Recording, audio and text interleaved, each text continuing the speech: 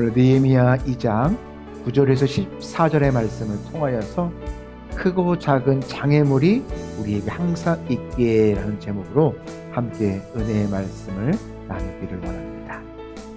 우리 삶 가운데 첫 번째, 이 장애물이 있지만 내게 주시는 말씀대로 순종하면서 이 장애물을 극복하면서 나아가야 하는 것입니다. 이 느헤미야를 선한 길로 이끌어 주셨습니다. 무엇을 어떻게 하고 또 어디로 가야 될지 그 마음 가운데 하나님의 말씀을 넣으셨다는 것입니다. 당시 느헤미야는 이처럼 하나님이 주시는 이 말씀으로 그에게 앞에 방해하였던 산발락과 토비아, 그리고 상황과 시간의 장애물들을 잘 그리고 지혜롭게 극복할 수가 있었다는 것입니다.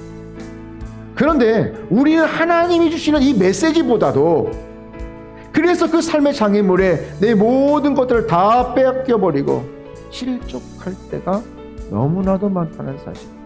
그런데 이 장애물들은 인간의 지혜나 과학이 아니라 하나님께서 내 마음 가운데 넣어주시는 하나님의 말씀으로 이길 수 있다는 사실.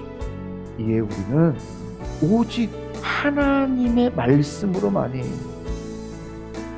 우리가 못 보고 못 듣는 것들을 이런 장애물들 가운데 하나님이 열어주시고 새 힘을 주시고 장애물보다 더 큰 하나님의 사랑을 체험하게 함으로 이것들을 이기게 한다는 사실을 우리는 기억해야 된다는 사실입니다. 두 번째로, 삶의 장애물이 있을 때에 우리가 해야 될 일들이 무엇이냐? 절대로 낭망하지 말고 우리가 더 힘을 내야 된다는 사실. 당시 느헤미야는 무너지고 불탄 예루살렘을 직접 보았고 또 장애물이었던 도비아와 산발랏의 공격이 상상보다 컸어요. 하지만 이에 굴하지 않고 다시 힘을 냈다는 사실.